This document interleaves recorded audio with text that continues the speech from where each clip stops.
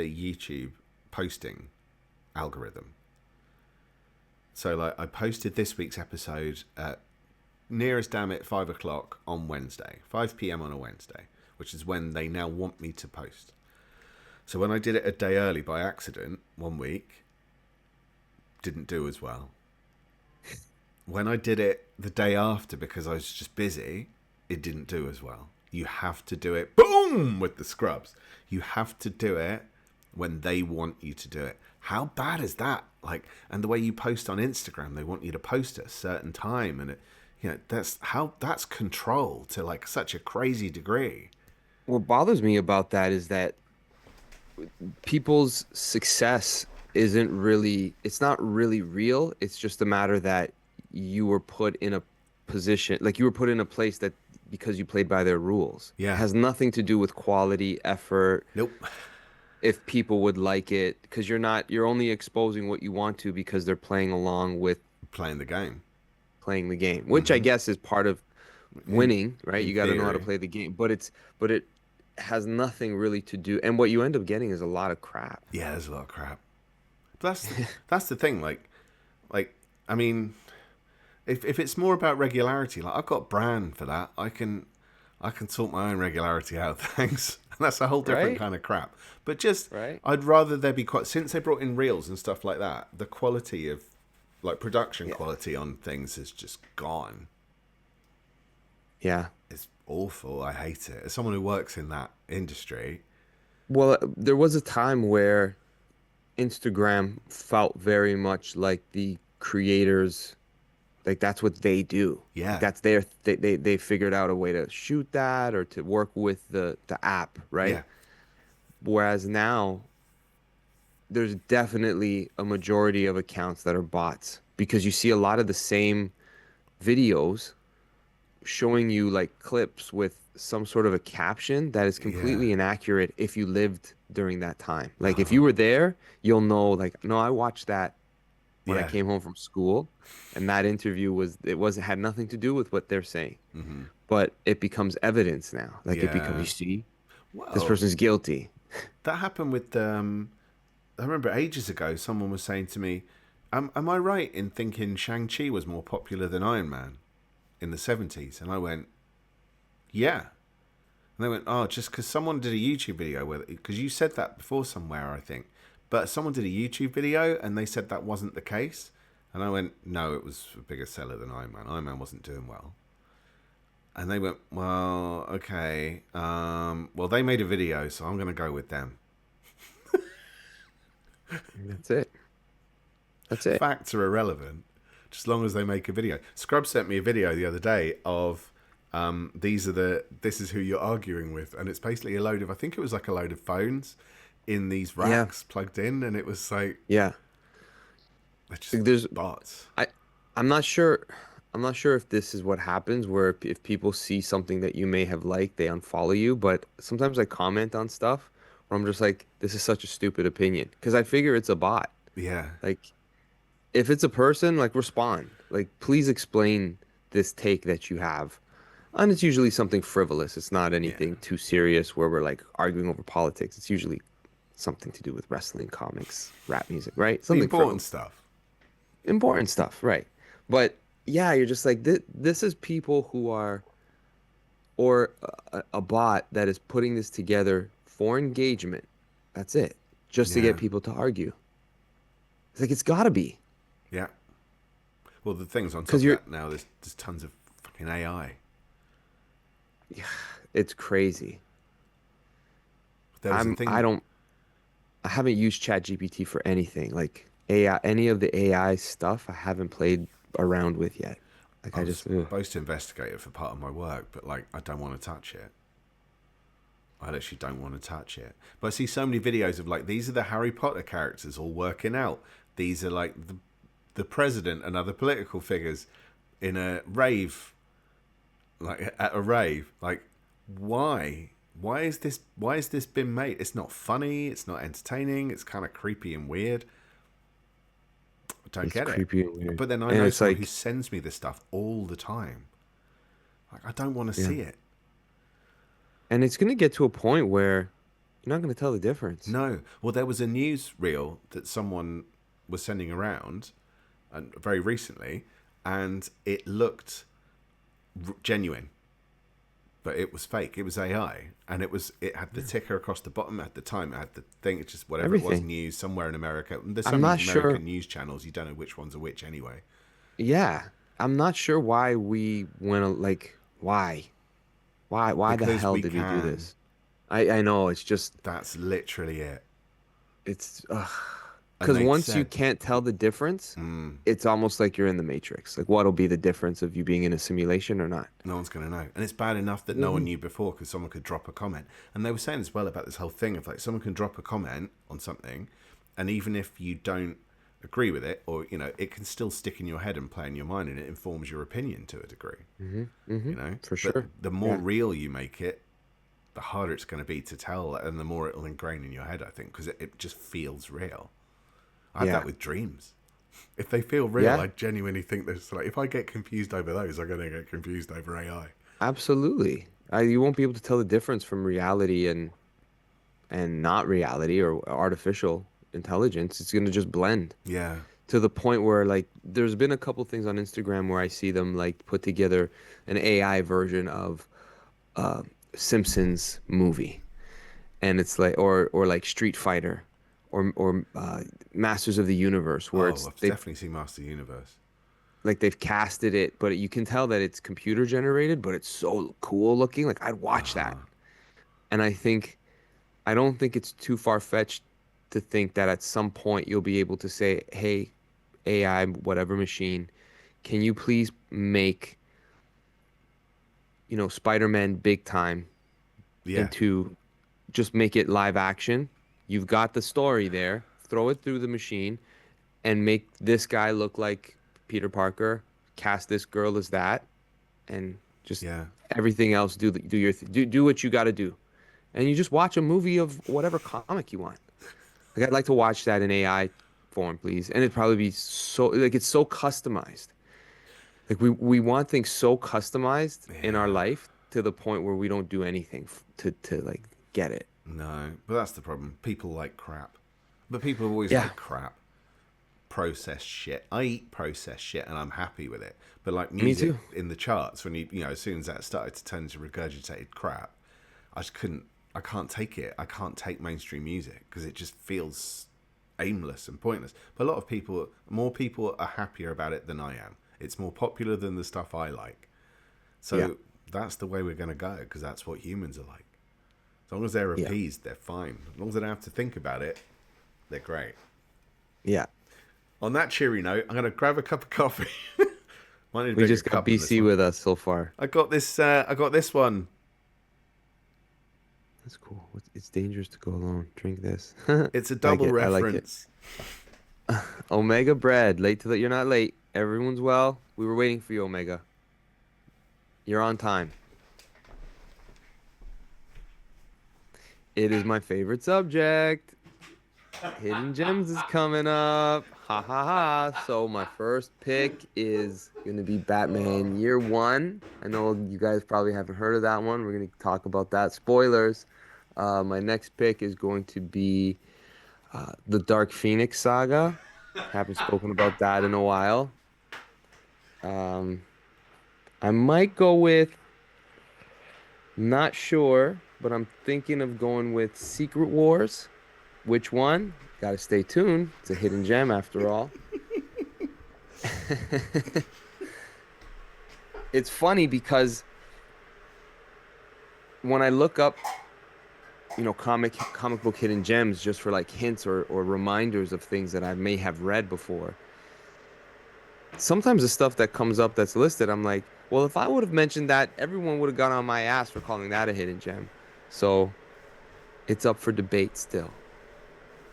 But this time, you guys can. I might have some controversial picks that may not be hidden gems, depending on. I'll leave it to the court, public opinion, and Dave. He'll give me a look. Because Dave always picks something you've never heard of. I could do that too, but it'll be hard for you guys to find it. If I picked all the guys from the city here who've made comic books, here's a hidden gem. Good luck finding it. What's going on in the chats here? Hey guys, Marvel Man, what's going on? Welcome to the show. Time to unlock that tickle trunk. You better believe it. Morning, Marvel Man. Hey, hey, hey. I don't know where Dave's making a coffee. Different. I'm having bubble water, and he's got to have a little bit of caffeine to stay up, understandably. His apartment looks like the neatest comic book shop, doesn't it? Looks like the perfect comic shop or comic book den. Couple places to read. It's probably got everything you'd think about reading. I like it. Not that my spot's too shabby. Can't complain. Oh, speaking of hidden gems, does anybody in the chat, Omega Bread, I know you're a wrestling fan. Do you happen to watch TNA at all? I know that's a little bit. There's enough wrestling to watch, but do you ever watch TNA? I can't say what I'm reading because it'll spoil what some of my picks. Actually, this didn't make the cut because I didn't finish it, but this is what I was reading. Wonder Woman. The Legend of Wonder Woman. Wasn't sure if it's hidden gem worthy. Yeah, who that Drake? Okay. Did you watch the recent TNA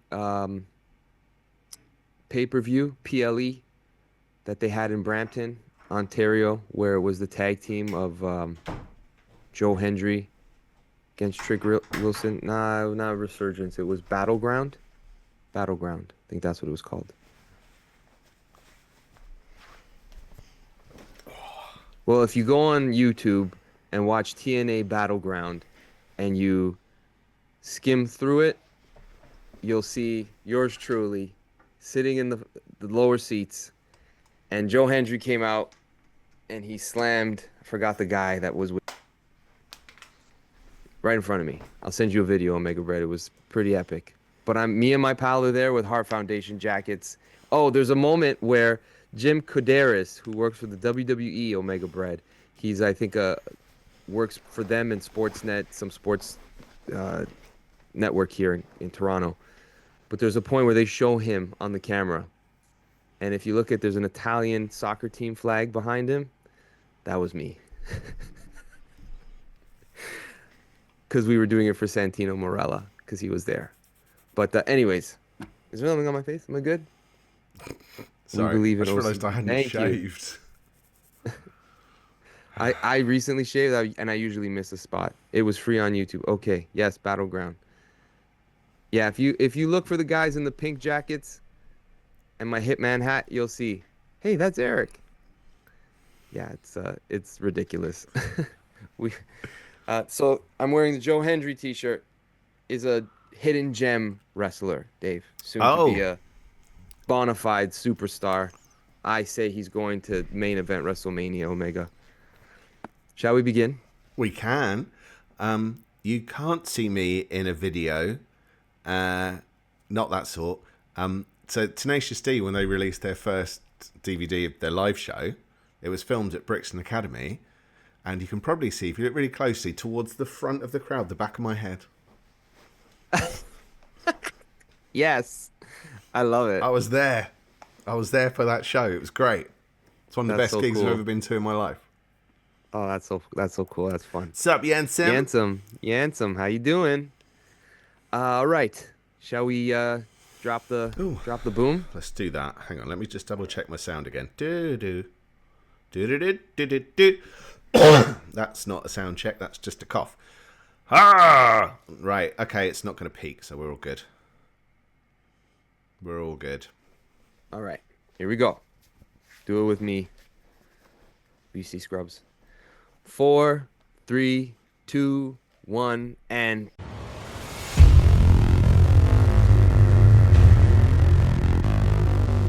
boom. Welcome back, everybody, to the Omniverse Comics Guide podcast. I'm your host, Eric Anthony. That's my pal. I don't know what he's up to, but he's always up to something. Nothing. Dave, the silent saxophonist. How you doing there, Saxy? It doesn't work. Ba-dum-bum-bum. I'm sorry. Uh, Everybody that's with Fuck us it. watching on Twitch, welcome to the Omniverse Comics Guide. Thank you for joining us again. If this is your first time, hit that subscribe button, hang out with us. If you're watching on YouTube, thank you for joining us again. Hit that rate and subscribe button, a thumbs up, a comment always helps. Share the show. These shows are fun, especially if you like comic books. And of course, don't forget to visit omniversecomics.guide for all of our reading lists, reading orders, podcasts, or interviews with creators, collector item specials. It's all there. Dave's comic book reading order lists are second to none. Check it Stop. out. Check it out, and you'll see what I'm talking about. If there's a comic book event that you want to look into and see what am I missing, what are the in-between stories, the fill-ins, the stuff to skip, this is the site. This is your go-to site.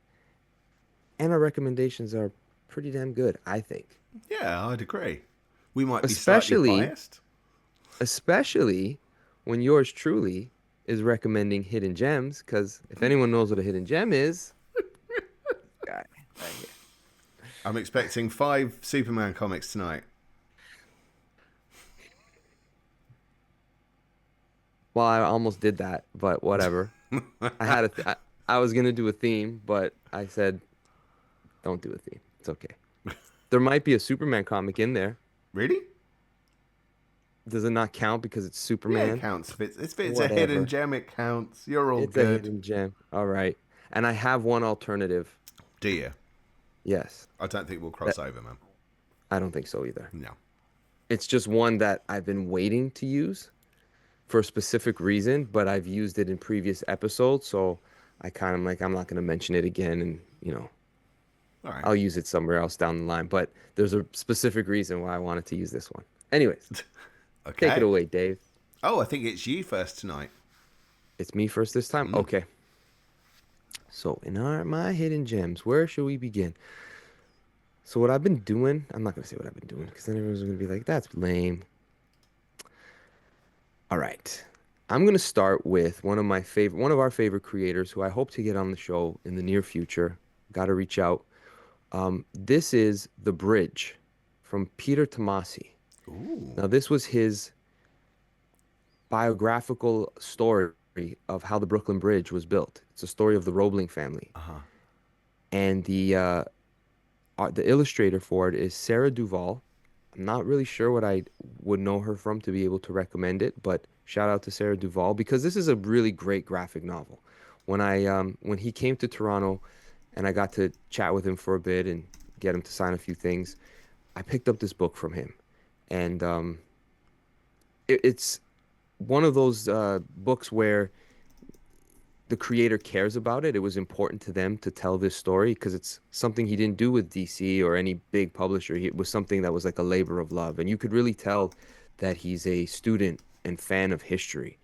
Because I watched a documentary one time. I think I was on vacation somewhere, and it was just like on one of those documentary channels, maybe National Geographic or something, where they were telling the story of how the Brooklyn Bridge was built, like kind of dramatizing it a little bit. Right. And I realized just like, wow, what a different, not so long ago, people were really built different. The risks that they took to get this project done, the lives that were lost to get this done, and the consequences of the people who worked so low down under like into the sea levels where I mean the number of illnesses that they even the engineer William was it William? No. Washington Roebling was his name. He just kept going at it to the point where he was bedridden from his illness. Now it's kind of a spoiler in the story, but it is history. Like you can look this up on Wikipedia. But this is an illustrated accounting of how the Brooklyn Bridge was built. It's incredible. It's got good character work, even though it's fast paced and it goes through like a good amount of years, like it covers. It's still good. You're still connected to characters as you go along in the story. So check this out. You could pick it up online. The Bridge by Peter Tomasi. My first hidden gem. Nice. Dude, I was trying to very quickly find Sarah Duval or The Bridge on on one of my sources, and I can't track it down, but I was going to try and do it before you got to the end of your bit so we could see what else she'd been working on. Oh, But alas, I couldn't find her.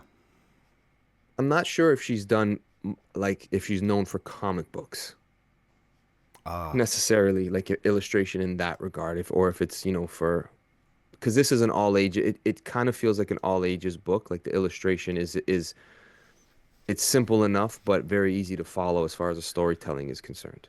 okay. Yeah, Funnily enough, I did find that one a little while ago, and I've forgotten all about it, and I think I've got it on a list somewhere. So thanks for the reminder, man. nice. I do want to give that a look. I do like Tomasi. It's really good. Yeah. Okay. My first choice for tonight is Okay. this little hidden gem. It's from Image Comics. It's called Slots, not Lots. Look, Lots, Slots, Slots. See what I did? It's by Dan Panosian. He is also known as Urban Barbarian on Instagram.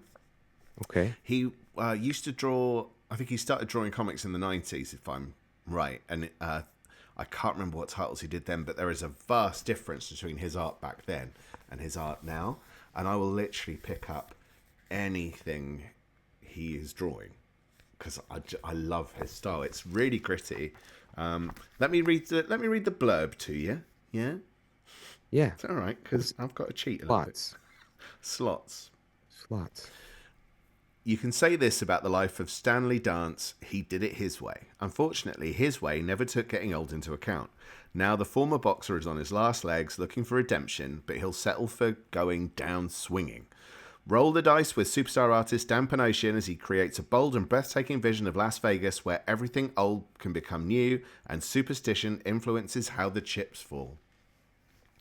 So it's kind of a, what I call it, a crime story. It's it's a crime. It's a crime comic, 6 issues. Originally came out in 2017 in single issue format.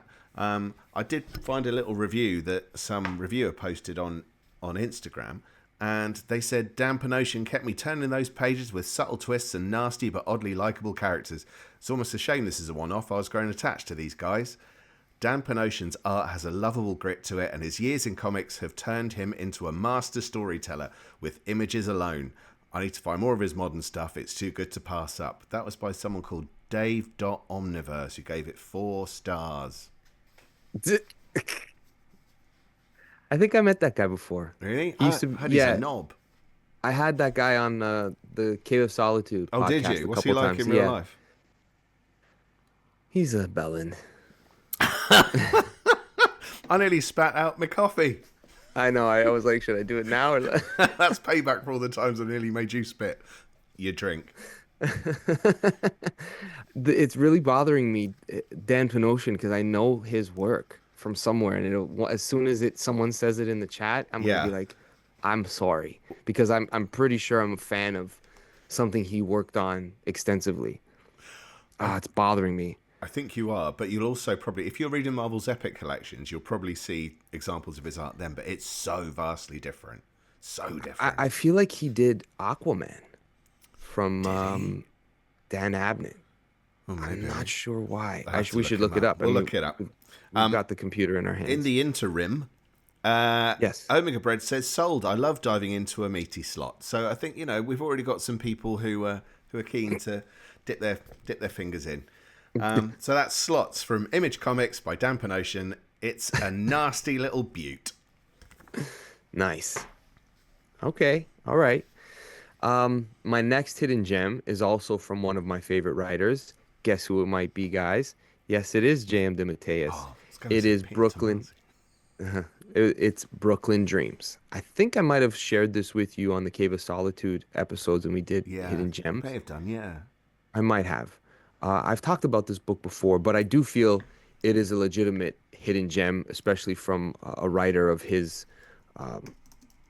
acclaim, I guess you could say. He's well known both with Marvel and DC for extended runs on major titles. But again, this is his labor of love. This is something that was essentially his biography, autobiography, but loosely based by changing the character names and things like that. And it almost feels like a fever dream in a way, because you start reading it and it's an older version of himself, like the narrator. You kind of see him there in the corner, and he's telling you a story about where it all begins, how he figured this thing out.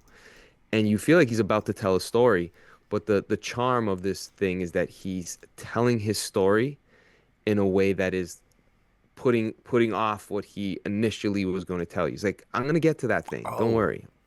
Like, yeah, don't worry. I'm gonna get to that, but I have to tell you this in order to get to that original thing. So you feel like you're being brought along. It's like, what is this story you want to tell? We're halfway through the book and we haven't gotten to the plot yet. And then when it all comes together, you're like, wow, what a great biography. So have after you read this, you'll kind of I think you'll really understand the writer. This is one of those times where the writer is telling kind of his story. And you don't know what's true or what's not true. And when we spoke about it, he said it was one of those things where it was true, but it wasn't the facts, if that makes sense. okay. Meaning, like, it was sometime at this year in the summer, but was it June 23rd or was it May Right. 1st? Like, those Embellished for facts the aren't sake there. of story, Right. But it was like any true. true story. Right. So I might mention this again in a few episodes or a few months because it is incoming this year. Oh, yes, Um, you're right. and I could technically put it on the list for end of the year reads if it fits the list. But if you can get your hands on it or it's on your radar, like pre-order it now or read it online. It's a really good book. It isn't a superhero book, but it gets into the mind of a person who one day creates superheroes to tell their stories. It's fun. It's really good. And it's not paneled comic book work necessarily. Like some of the story is like one page of and the story is all across it. Oh, But the artwork is like him in his room at a young age and it's just you just got to see it. who was the artist? It's not Jay Muth. Blue let me make sure. Sorry. No, that's okay cuz I should have definitely deserves a lot of credit. Jane it is Glenn Barr. Glenn That's Barr. not right. No? That's not right. Can't be. Yeah, Glenn Barr. That's on the cover. I thought it was a misprint, but it isn't. Yeah, there's a preview of it. If you go on your Amazon, there's a preview of the pages that you kind of get an idea. It's beautiful. It's great stuff. I'm going to give Yeah. that a look. Cheers, man. Yeah, yeah, cool. So far, am I doing good, guys, gals? The hidden gem so far. Yeah, you're doing great, but there's All still right. 3 to go. All right, so my second, dude, do you fancy a bang? Yes, Cool, always. because I've got one right here. This, Bangs and slots. You're oh a dirty, yeah. dirty guy. Oh, I've clearly got a theme tonight. So this is See? Bang by Matt Kint, and the art's by Wilfredo Torres. It collects Bang number 1 to 5 from the year 2020 from Dark Horse Comics, and it is a twisty little mystery. And what they've done is that each issue focuses on either an action hero or detective, like a notable character. And the first issue focuses on a James Bond archetype, and it plays with the whole idea of James Bond being this bizarre kind of time paradox, almost like where he clearly took part in those missions in the 60s and remembers them, but he's also existing in the now. And I think this came out around the time they were considering taking on oh fuck, I forgot his name. What's his name? The guy who was, oh shit. Oh, they were going to take someone on as James Bond, and then they didn't in the end. And he was the English guy. Henry Cavill? No. Man, that's Yeah, bothering me. I I know who can't you're. remember. Clive Owen. No, the Heimdall, the guy who was Heimdall in Thor.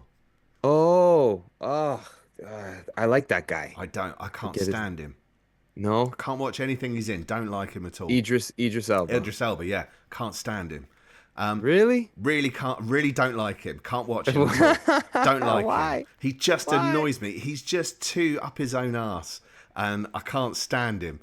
But there was talk about him becoming James Bond at one point, and there was all sorts of uproar, Right. like how would that work? because is James Bond the character, or is James Bond a name that's given to various different people? So in this, they kind of play with that idea, and then by issue 2, you're dealing with a different character who's based on John McClane from Die Hard, but he's kind of got some power based elements to him, and they kind of keep going through this thing and combining all these different characters. There's a spotlight on each character, but it all overlaps, and there's a bigger mystery involved, and I can't say too much more about it because it will spoil it, and I don't want to do that.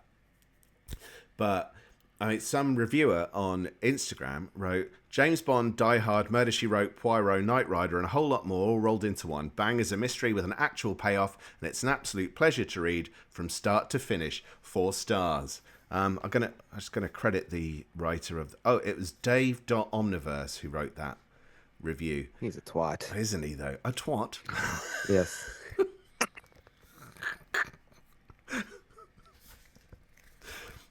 It's an at. Yeah. I like it. He's a twat. We say twat. Why? Twat's so much better. It's harsher. Twat. No, I like twat. So do I. Anyway.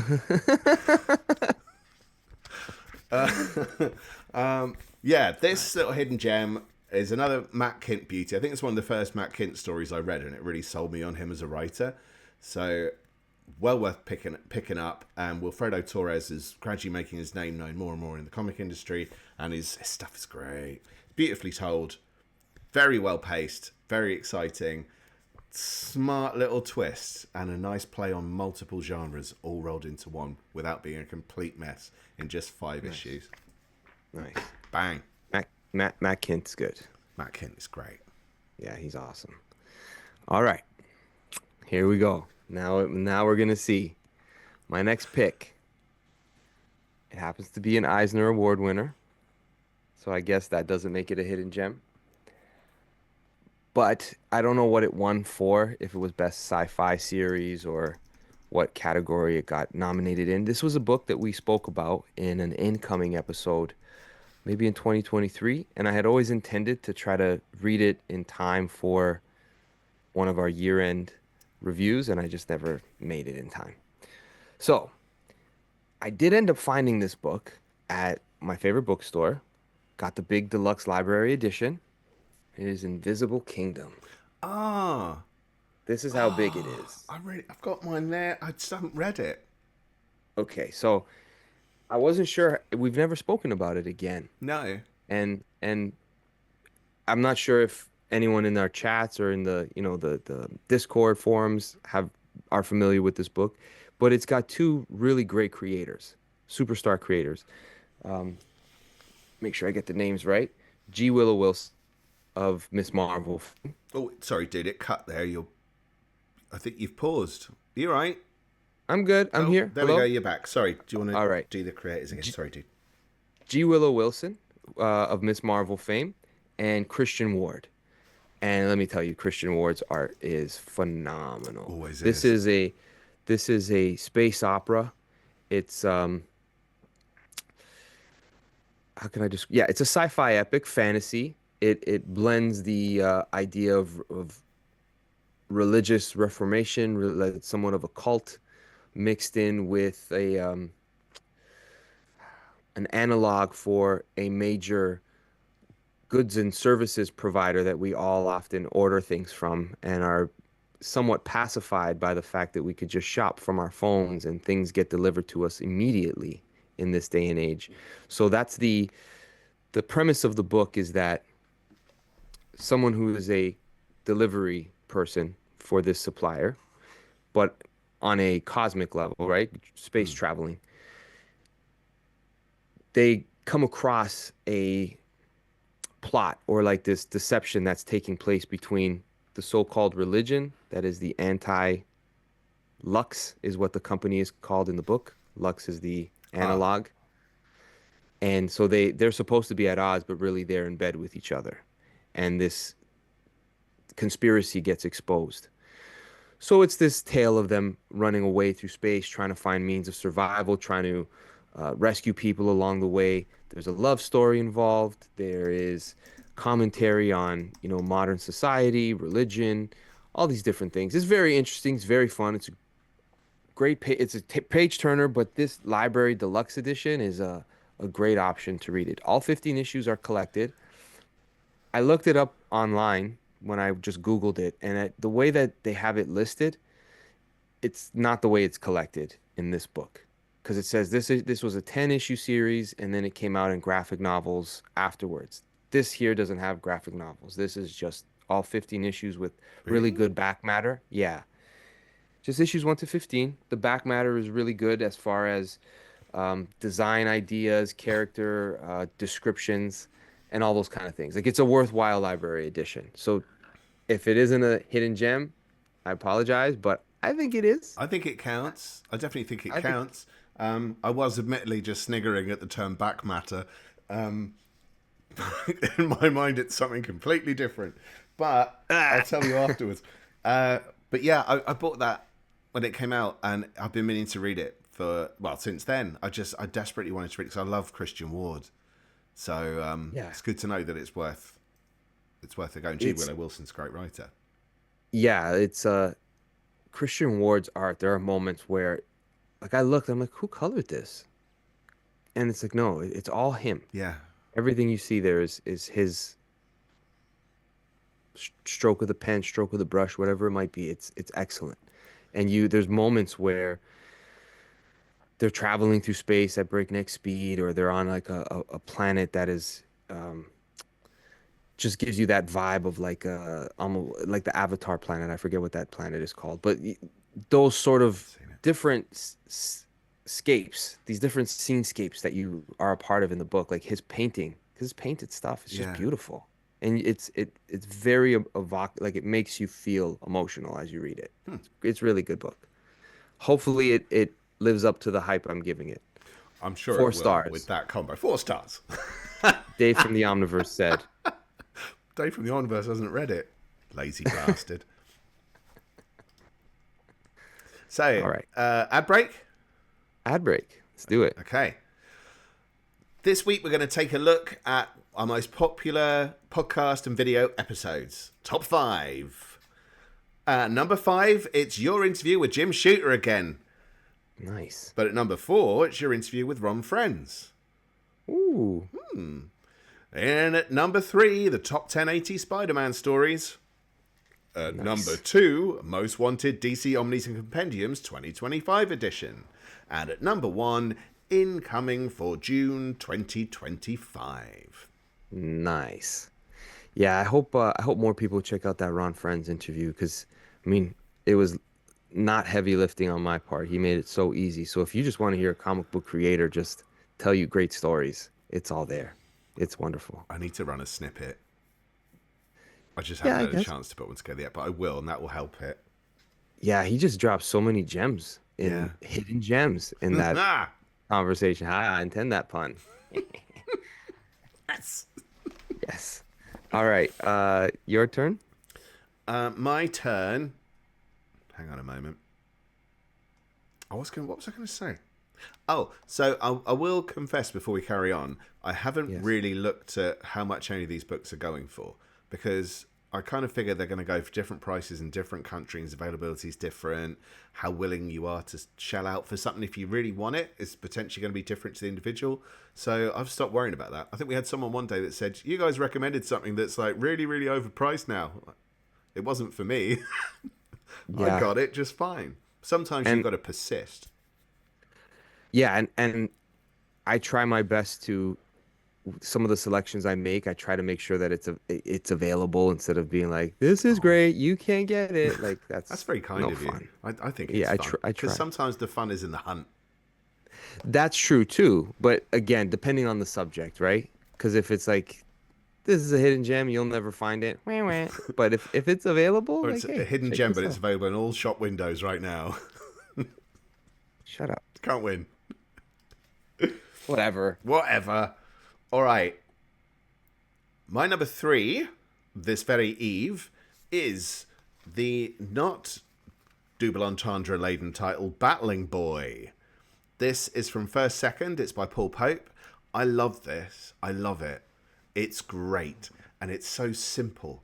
but it's about a champion who basically comes to Earth from a well, he comes to a place called Arcopolis, and the place is just filled with monsters, and the children have to go into bed at night, so that's when the monsters come out and get off the streets, or you'll be eaten and whatnot. The guy who used to save them all is Haggard West. He was kind of their superhero, but Haggard West is no more. So instead, we get Battling Boy. And with each, if I remember rightly, with each T-shirt he puts on, he's got a different power. Well, that's cool. But this is by Paul That's cool. Pope, and I remember when I first I saw wish that his was a art, power. great, wouldn't That's it? a great power. I'd be able to fly like Lao Che air freight from Indiana Jones if that worked for me right now. You'd be. That's a great T-shirt. Oh, thank you. I'd be Joe Hendry. Yes, everyone would believe in me. Yeah, I'm a scummy guy that was going to drop my hero off into the middle of nowhere. So no one believes in me. Paul Pope has actually just, funnily enough, recently announced that he's going to do a follow up because it ends. This storyline ends, but there's loose stuff dangling, and you don't want loose stuff dangling, do you? There's all sorts of mysteries still to look into. There have also been a couple of follow-up books, and they are by Paul Pope and David Rubin and J.T. Petty, who are The House of West and The Rise of Aurora West. They tie into it. I don't know if they take place before or after. They're cool. Black and white, kind of manga-sized. But I thought to get these... And I still haven't read them yet. It's one of those things you go, I gotta get them. And then you get them and you go, like, I'll just put them on the shelf here. I can't wait to read them in 10 years. Typical. So, but this one I read again recently for a different episode and thought, no, I'm gonna save it up. It's a great book. It's a lot of fun. And I'm so hyped to know that there's going to be a follow-up. And I don't know if that will wrap it up or if he's going to do any more. But I think I asked him directly something about it recently. And he said, yeah, he's following up. So, nice. Battling Boy. Nice. Hang on a moment. What's that? Oh, apparently some reviewer on Instagram said, I'm not going to tell you why you should own ridiculously inventive and surreal Battling Boy. You need to tell me why you don't already. I never used to like Paul Pope stuff, but I realise now how utterly stupid I've been. If you like Hellboy, there's a pretty good chance you'll also like this. And that's by Dave.Omniverse. 4 stars. That guy's bollocks. Gives everything 4 stars. Everything's 4 stars. Nice. I like your review page. I often refer to it, actually, all jokes aside. I haven't done a review in like 2 years, I think, at this point. But I go back to some of your hashtags, the ones that you've given 4 stars, if I remember. Because sometimes I'll look up something. I'm like, I don't know anybody who might have read this, but I think Dave reviewed it. So I'll look into your Instagram and I'll see what you've written about it. I'm like, all right, that's either a yes or a no, depending on. Because sometimes even the stuff that you hate, I'm like, I might like it. I know why he doesn't like it. I might like it. Fair. But it's very helpful. Oh, cool. No worries. Okay, my number 4. This is also an Eisner Award-winning book for Best Miniseries from 2018. If anyone can guess it, then it's not a hidden gem. Whatever. I'm waiting for people to in the comments, and I'm like, whatever. It is Little Bird from Image Comics. Oh, brilliant. Have you read this? No, but it's another book that's been on my list to get for ages, and I heard really good things, and then it's kind of vanished into obscurity again. Because like when something's just a one-off, this is what makes something a hidden gem at times. Even if it's really popular, it starts to people forget. Yeah. So I forgot about it because I bought this. So it's Darcy Van Polgeest and Ian Bertram with Matt Hollingsworth on the colors. I bought this because some of the local artist friends here actually got to do issue 4 and 5 covers for this, which was a big get for them. So we were all like, hey, they did covers for that book, and look how nice the hardcover came out, and it had, critical acclaim and good things said about it. So I'm like, yeah, I'll buy a copy of this from you guys for sure. I've read it twice. I'll read the description on the back here. It's book 1, but I don't think they've ever made a sequel. But anyways, the fight for Elder's hope. Little Bird was born into war, and it's the only life she's known.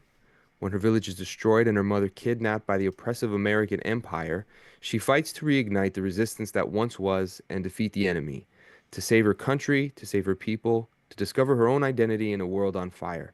Little Bird is the critically acclaimed sci-fi epic from award-winning filmmaker Darcy Van Polgeest. Oh, That's so the artwork in it kind of it's not the same, but in the way that things are paced and the way the story is told, it's kind of the way Headlopper would be or Bird King would be. Not that the artwork is the same artwork, but in that there's a style to it mm, and it suits the story correctly. And it's a very serious story. It's violent. It's got, again, religious overtones, heavily religious overtones, because it's essentially like a dystopian future where an extreme version of Catholicism has taken over, but it's run like a totalitarian government. right. And these are the freedom fighters. So Huh. it's gotten some mixed reviews, but it's definitely a stylized version of storytelling that I think is best suited for comic books. To try to adapt this, I don't think would do it justice. It wouldn't, I'm sure the creators would be happy with that, but I don't know if it would do the artwork of this book justice Right. with You the never story know that it the is. way that they are adapting some things lately, but yeah. Sometimes the Which aren't artwork is the style is the sell. It's like why I never really liked the Hellboy films because it's not. It doesn't look right. like Mignola. I'm Mignola. trying to see here. So I'm not sure if this is the figures, like just them talking. It's the style Oh, of the artwork there, that looks right? that looks great. It's great. It's great stuff. Yeah, no. But again, like you can see what I mean by it's got a very specific stylized Yeah. aspect about it and it works for this story just great. Hmm. So it's a great collaboration, I think. Check it out. Who was the publisher? It's Was Image it? Oh, it's Comics. Image. Yes. And they have it in soft cover back out again available. So if you want to get your hands on it, you can. This is the hardcover that I got at the con, Hmm. but it is still in shelves in stock. BC Scrub said it feels a bit like Frank Quitely, and I was thinking the exact same thing. Yeah, I a don't little know bit. if it looks that way when it's up close and personal, but I thought it Moments looked it a bit. does. Yeah. Yeah, moments it does. Here's a good example of like an action shot. There's this figure work. Sorry, guys. Can you see that? Okay. Yeah. You know what I mean? Just It's got about. Yeah, yeah. it's like a mix between Quitely and what was his name? Daryl. Oh, I'm shit at names Yes. tonight. Daryl. Yes. No, Farrell Dalrymple. Darwimple. Yes. Yes. Yes. That's right. Yeah. Exactly. Hmm. Good pick. Those are good picks. All right. That's my number 4. Lovely. And hello, Meat Trunks. Meat Trunks. I don't know why I said it so weird. Hello, sir. When I'm meat trunks. Welcome to your doom, he Everybody's here says, tonight. It's stalling. great. Right. My number 4 tonight is Monkey Man and O'Brien from Dark Horse Comics. Now, this is partly why I was excusing myself earlier as to me not checking. I did manage to find myself a copy of this after waiting a long time for it to be something affordable. This is by Arthur Adams. Of course, I'll get anything Arthur Adams has done. It collects the 1996 3-issue miniseries Monkey Man and O'Brien. Also collects the one-off special, same year. And the special kind of introduces the characters, and I think it's made up of the stories that were originally a backup feature in Hellboy: Seed of Destruction. So that series originally had 2 features in it, which was the main Hellboy story, the first Hellboy story, and Monkey Man and O'Brien. And then that was collected in special and coloured in, and then we got this with the mini. So it introduces the characters. It's quite referential. There's clearly a lot of affection for 1960s Marvel stories.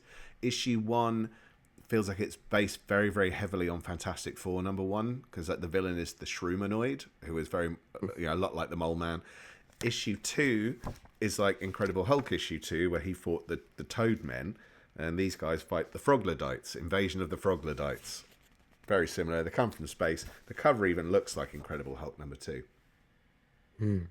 Yeah. So, yeah, it's just Arthur Adams having fun with his own creator-owned series. there are references to John Byrne's Dark Horse series at the time called Danger Unlimited. So it seemed that there were a bunch of titles that sort of interlinked. There was Byrne's Danger Unlimited, another series they called Babe. This Hellboy appears in those books as well at one point. You can see our Hellboy reading order for where they would fit in, but they don't count as continuity anymore. But yeah, it was a weird thing. It's what they were doing. It felt like they were building a universe, and then they kind of sort of didn't. But yeah, it was part of Dark Horse's Legends line, which also had books like Sin City under it as well, which clearly were nothing to do with this kind of nonsense. But yeah, it's fun, rompy sci-fi madness. Is it the greatest story ever told? No. Did I have fun reading it? Yeah, of course I did. It's Arthur Adams, man. So That's a hidden gem. It's a hidden gem.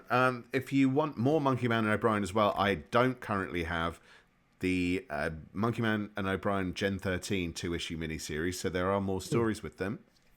Whether they kind of count or not, I think is up to the reader, frankly. A lot of the time, whether something's in continuity or isn't, does it matter? Just go with Enjoy it. Have fun. And Make it is your own continuity. Fun silliness. Now, no one reviewed this on Instagram, so yeah. But we reviewed it here. 4-star. I'll give it 3.5. 3.5. Nice. It's more about the art. I mean, Arthur Adams. It's Arthur Adams. All right, my number 5. This might not be considered a hidden gem. This might be the one where they call me out on it, but I don't care because I gotta represent for Superman this year. This is the year of Superman. So my hidden gem number 5 is Christopher Priest's Superman Lost. I read it last year. I was possibly going to put it on my top 10 list of the year. Didn't quite make the cut. I'll read a little description of it. Have you read it, the description, or know what it's about at all, Dave? I have. You've read it? No, I've read the description. Okay. Cool. So for those that are curious, a routine Justice League mission goes awry. Superman must make a 20-year journey home, but he feels like a stranger when he returns to a world where no time has passed at all. So it starts off as your traditional Justice League romp. He gets the call. Everybody comes back. He's missing for a few minutes. And then he shows up again. And everything seems like it's back to normal. But he's been gone for 20 years. And he's been taking 20 years to find a way to get himself back home. And that's a life. A whole life has been lived away from everybody, including Lois, right? This is a version where they're married. And he comes back and there's clearly a distance between them. She can't figure out why, because in her mind it's just, but you just went with the Justice League, you came back, and then he doesn't trust anybody. So it's this coming back into the regular world of what everyone else has just been a couple minutes. And also at the same time, Christopher Priest it's a non-linear story, so you're seeing what he went through in those other issues while he's been away. Now, the criticism that this has received is that the ending is one of those like Deus Ex Machina, as they say. Like, some people think it's brilliant, other people think it's like a way out. If that makes sense, we're like, you cheated, and other people are like, brilliant, so good. Kind of like the difference between Christopher Nolan fans and non-fans. Like, some people think that's a great idea, while other people are just like, I'm confused, or that's kind of a way out that you know. But anyways, check it out. The artist on the book is... Can you help me say the name, Dave? No. Please. Why? I'm having a tough time. Isn't it Carlo Pagulian?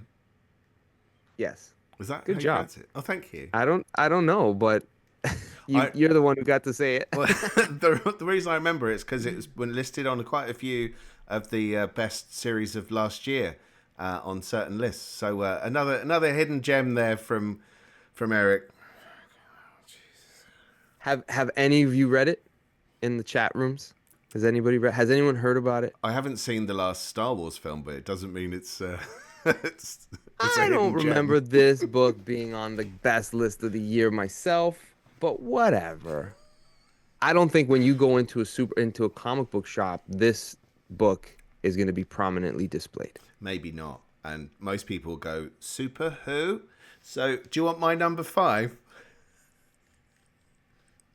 Yes. Oh, Omega Bread owns it, but he's not got round to reading it. So it must be hidden somewhere in his house. Therefore, hidden gem. I, I could get another hidden gem, and you know what? No, it's No problem. tradition. It's tradition now for you to... Next year, I think you need to talk about Image's Walking Dead. Jerks. It's a hidden gem. Yeah, Go ahead. sure. My number 5 is probably the most mainstream choice on my list. Anyway, not as much as Eric's, but it's a pretty mainstream choice. Here we go. Here we go. Yeah. All right, so I picked 2 Eisner Award winners, and everyone's like, "Oh, I haven't heard of that. I no one forgot reads about the that Eisner one." Award winners. Yeah, They go, "Did you hear whatever. what won?" And you go, "No," and they go, "It was this," and you go, "All right," and you don't read it until like All right. 10 years later when it's sat on your shelf. Go ahead, Dave. Go Okay, ahead. my final hidden gem for tonight is Death's Head.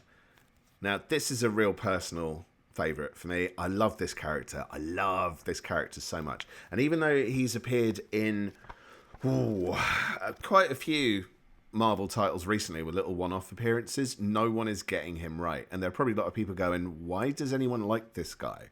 It's because they haven't done him right. This is where you do him right. Also, when Marvel Man loves Death's Head, yes! Nice. But he's heard of him. That means it's not a hidden gem. So I'm going to stop talking. No, just kidding. Yeah. So Death's Head first appeared, despite some alternative opinions, that he first appeared in an advert called High Noon Tex in some of Marvel UK titles in the late 80s. He actually appeared in Transformers. It was the first storyline to take place after Transformers the movie. So it's kind of about what happens to Galvatron after that film. And Rodimus Prime puts a price on Galvatron's head, and Death's Head decides to take him up on it, and there's a time travel thing and everything. They're going to collect those Transformers stories from Marvel UK that include Death's Head, so I believe in the Marvel UK compendiums from Image that are coming out. They're great. They're a lot of fun. They're so much fun, man, and I love Death's Head, yes.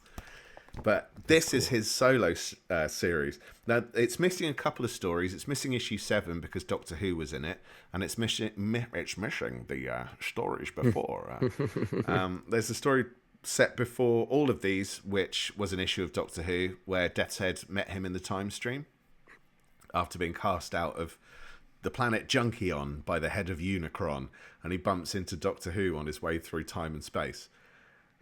Gets shrunk down to a normal human size instead of giant size, because he used to be the same size as a Transformer, and that's how he ends up becoming part of the Marvel Universe, thanks to Doctor Who, because Doctor Who was a Marvel title in the UK. That's so interesting. Yeah, so it's weird, fun stuff. There was an ongoing series before Death's Head launched in a solo title called Dragon's Claws, which I also love and could well be a hidden gem, but it's so hidden that it's probably impossible to get. I've managed to get a copy of it in trade paperback, luckily. I did love that as well. And so the main series is by Simon Furman and artist Brian Hitch. Very early days of Brian Hitch's career. You also get an issue drawn by Liam Sharp. But you wouldn't recognise his artwork. On top of that, I believe Jeff Senior was the co-creator of Death's Head. I think he drew his first appearance back in the day. And the Marvel graphic novel, Death's Head, The Body in Question, is also collected in this trade paperback. As soon as this came out, I was made up. I wish they'd managed to work out a way to include Doctor Who. So the trade paperback is called Death's Head, Freelance Peacekeeping Agent, because he's a bounty hunter, but he doesn't like being called that, and he will hurt you if you call him that. He prefers being called... When did that come out? So, That trade. the trade came out in... I didn't write it down. Hang on. Oh, God, it's tiny. It was a couple of years ago.